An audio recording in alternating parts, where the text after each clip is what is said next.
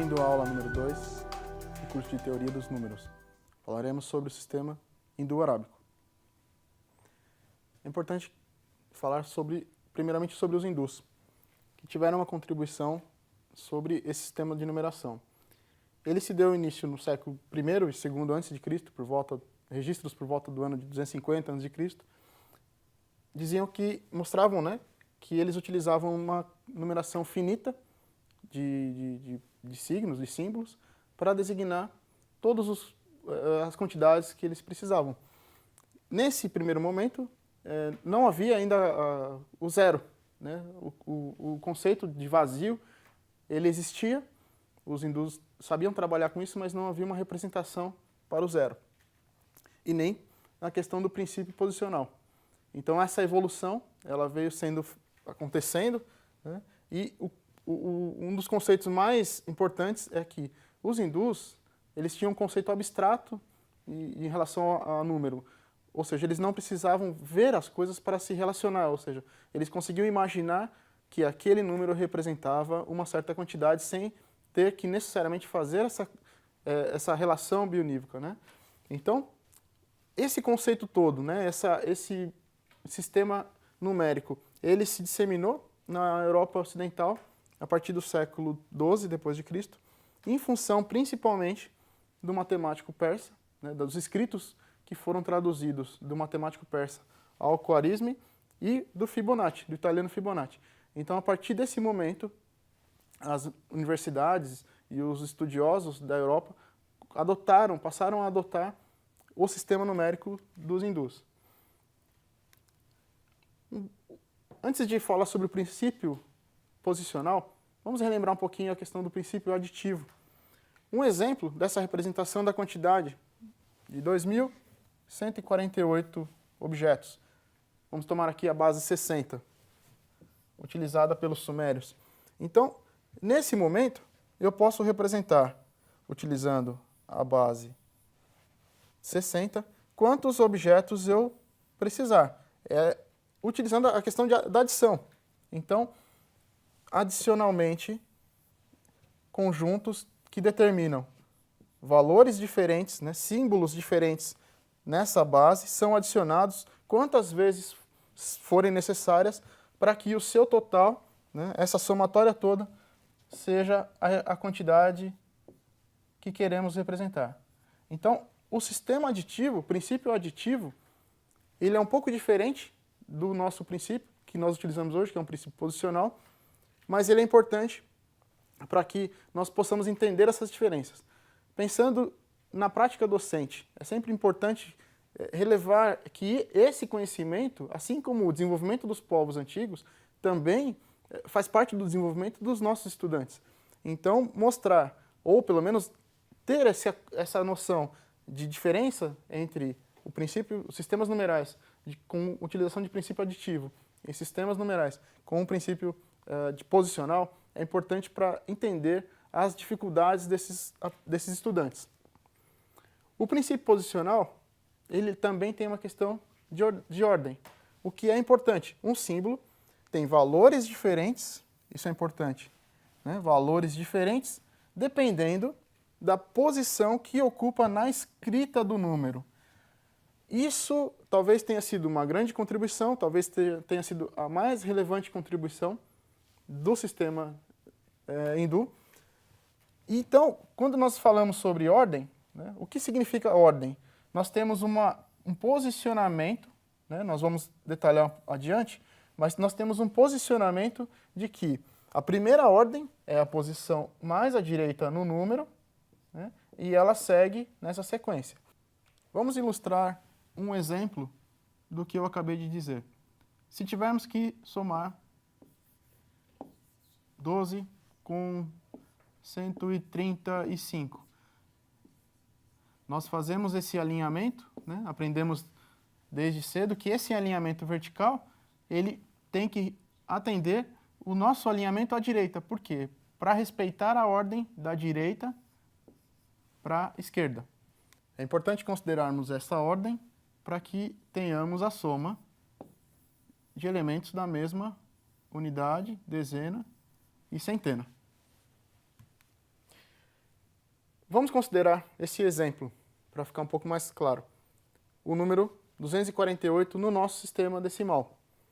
Então, pensando na ordem, da direita para a esquerda, nós temos 8 unidades, 4 dezenas e 2 centenas. Então, 8 unidades, 4 dezenas e 2 centenas. Lembrando que cada dezena representam 10 unidades, e uma centena representa 10 dezenas. Dessa forma, nós temos, então, o número 248, que pode ser escrito como uma somatória de 2 centenas mais 4 dezenas mais 8 unidades. Esse é o princípio da base posicional. Esse é o princípio do nosso sistema de numeração, onde nós temos, então, a potência de 10 sendo multiplicada pelo coeficiente. Potência de 10 sendo multiplicada pelo coeficiente. O sistema numérico, né, podemos generalizar um sistema numérico posicional de qualquer base.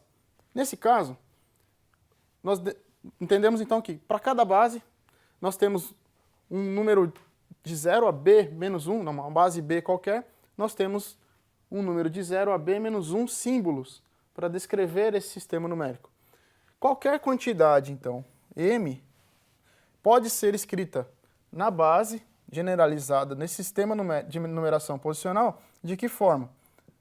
Um coeficiente multiplicando a base elevado a alguma potência, mais um outro coeficiente multiplicando novamente a base com uma outra potência. E assim por diante. Então, vamos tentar escrever a quantidade 46 numa base qualquer, na base 4. Primeiro, vamos pensar quantos símbolos eu utilizaria para descrever esse objeto, né, já que nós estamos utilizando a base 4. Ou seja, então, se B é a minha base, utilizaríamos então o 0, o 1, o 2 e o 3 para descrever essa base. Vamos lá. Vamos relembrando a fórmula, né, a expressão mágica aqui, a expressão generalizada de uma quantidade qualquer. Então, nós temos que o 46 escrito na base 4, temos o coeficiente vezes, multiplicando a base elevado a uma potência, somando outro coeficiente, multiplicando pela base elevado a uma potência. Novamente, a soma de um coeficiente da base 4 elevado a uma potência. O que resultaria, então, da representação do número 46 na nossa base decimal nessa forma, 232, tomando os coeficientes que nós utilizamos para a multiplicação das potências. Quais são as características importantes desse sistema indo-arábico que nós vamos falar? Primeiramente, o princípio posicional decimal e o conceito de ordem. Com isso, com um número finito de símbolos, ou seja, de 1 a 9, incluindo o 0, nós conseguimos representar qualquer quantidade que nós precisamos. E o outro conceito interessante é que os sábios hindus, passaram a utilizar nomes para cada símbolo.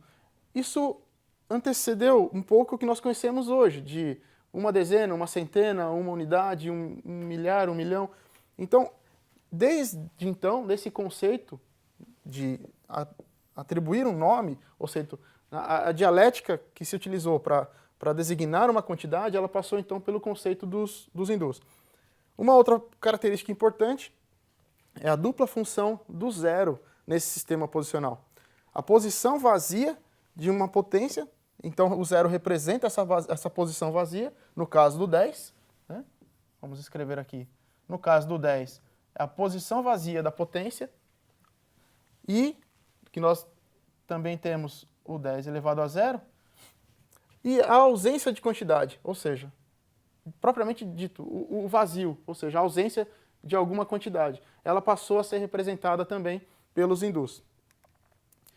O sistema indo-arábico teve um grande impacto na história da matemática. Talvez a questão de um número finito de símbolos, signos, conseguir representar qualquer quantidade, tenha sido adotado pela comunidade como uma grande contribuição. E por isso que esse conceito do sistema indo-arábico, ele se disseminou pela comunidade científica por volta do ano de 1250 d.C. Como que aconteceu isso? Em função da tradução por um matemático,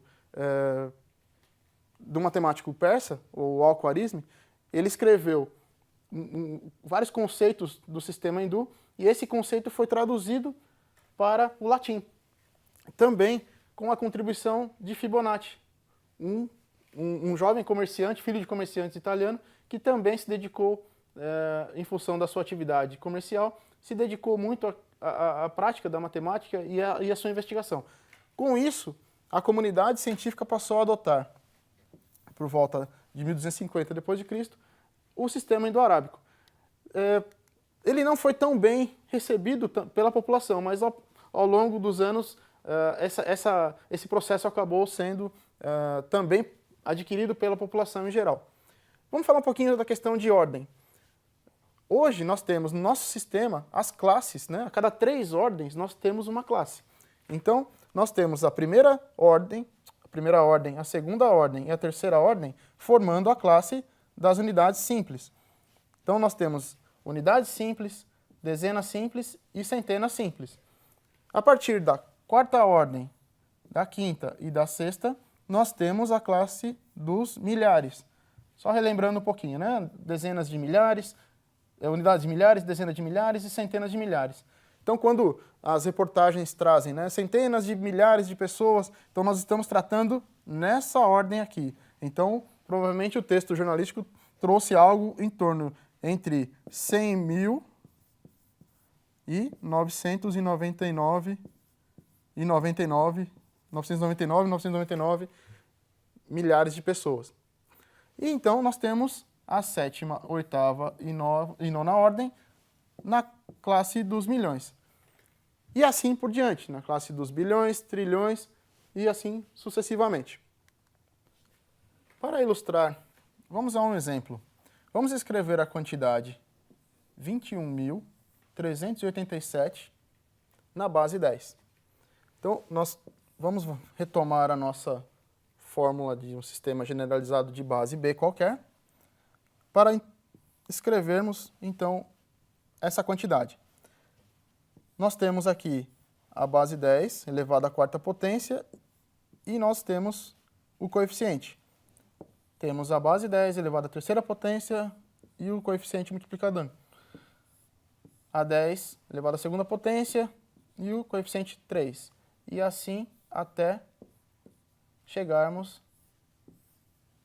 à nossa unidade, representada pela potência 10 elevado a zero. Antes de finalizar, deixo com vocês algumas referências para estudo desse tema e de outros relacionados. Espero que tenha gostado.